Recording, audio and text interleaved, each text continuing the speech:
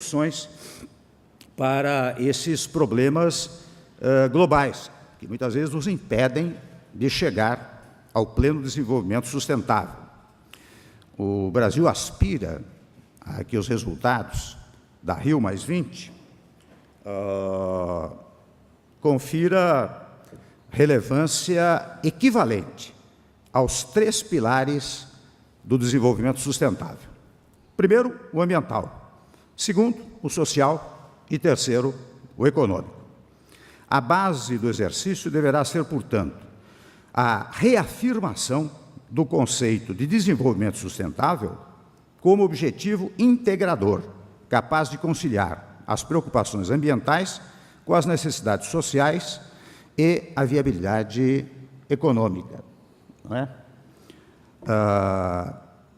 Posso, por isso mesmo, afirmar já existirem numerosas experiências de sucesso nas áreas de consumo sustentável, habitação, saneamento, eficiência energética, cidades sustentáveis, etc.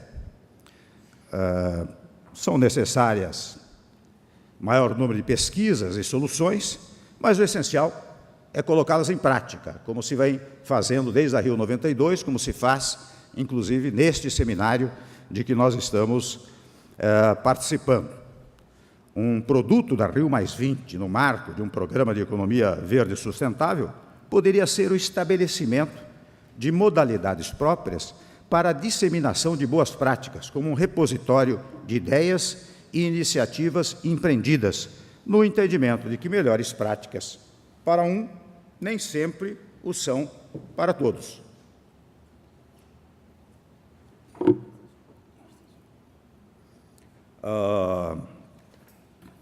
Há, portanto, a necessidade de criar condições favoráveis para que a economia verde prospere nos países em desenvolvimento, sem causar mudanças abruptas em seu sistema produtivo ou sobressaltos socioeconômicos. Para isso, repito, é necessário que disponham todos de espaço de formulação política para promover medidas públicas indutoras do desenvolvimento conectadas com a preservação do meio ambiente. Neste sentido, creio eu, podemos falar ou usar a expressão, o conceito de economia verde inclusiva, trazendo o aspecto social, que, aliás, já tem sido pensado e mencionado por muitos, não é? Trazendo, portanto, o aspecto social para a linha de frente da discussão e dos objetivos, e sintetizando o tema da Rio+20, que é, tomo a liberdade de repetir, economia verde no contexto do desenvolvimento sustentável e da erradicação da pobreza. A chamada nova economia verde é um processo em contínuo desenvolvimento e mutação.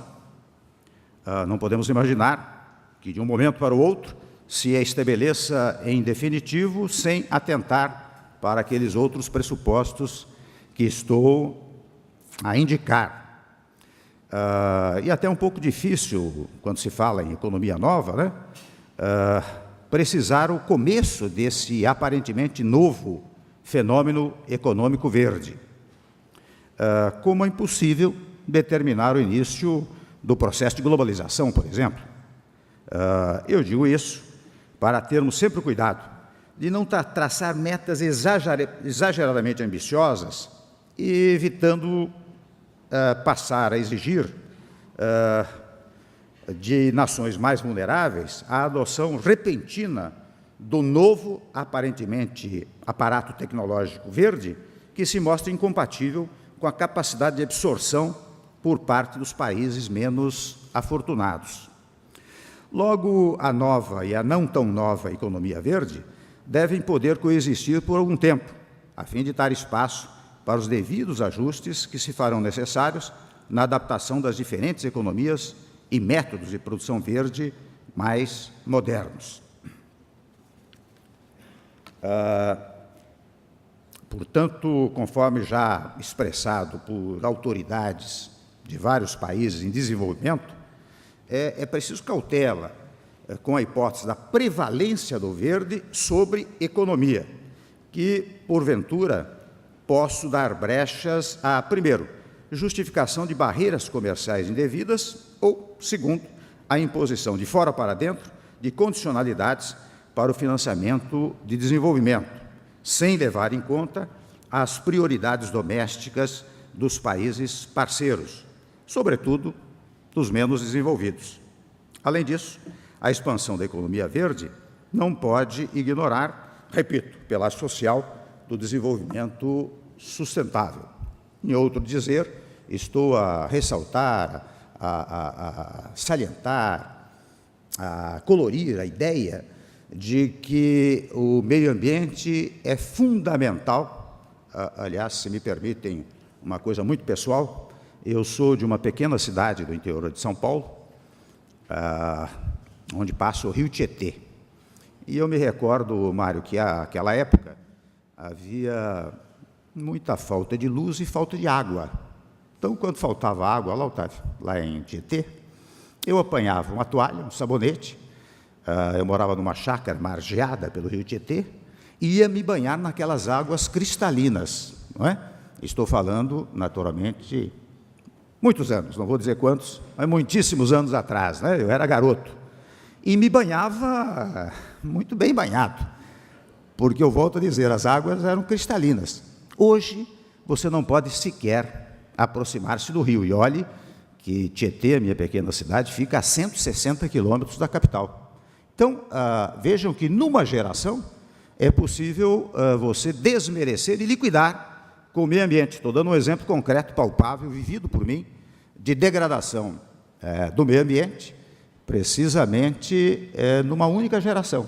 Então, é fundamental que nós tenhamos isso muito presente. Agora, não podemos, volto a dizer, esquecer que estas coisas vão se adaptando aos poucos. Não se pode, num dado momento, como convém, digamos, a quem está no poder público, a quem se pretende homem público, né?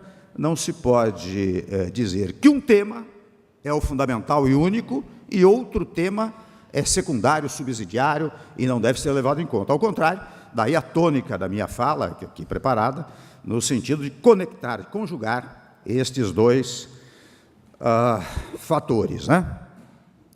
Por isso que a disseminação de tecnologias verdes que permitem investimentos há de ter bases realistas e consentâneas com a capacidade de financiamento público de países em desenvolvimento, sobretudo os mais pobres.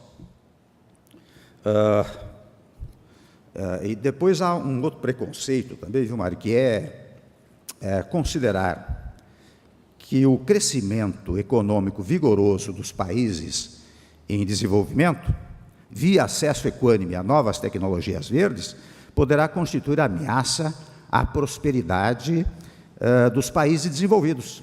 Não se deve estabelecer essa dicotomia entre os países em desenvolvimento e os países já desenvolvidos. Ao contrário, quanto mais os países em desenvolvimento lograrem uma inserção exitosa na economia global, expandir-se-ão as oportunidades dos países ricos neles investir com suas empresas e serviços.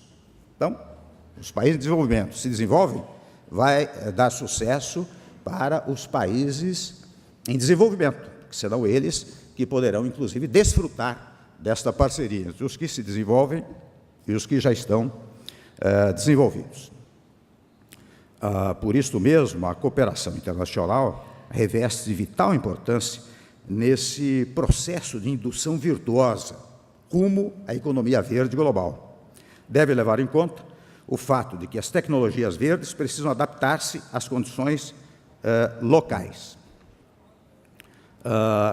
Feita, meus senhores e minhas senhoras, estas considerações, como percebe, um pouco conceituais, eu gostaria de trazer aqui o exemplo do que o Brasil tem feito, especialmente nos últimos governos, em função desta preocupação ambiental conjugada com a ideia do desenvolvimento, né?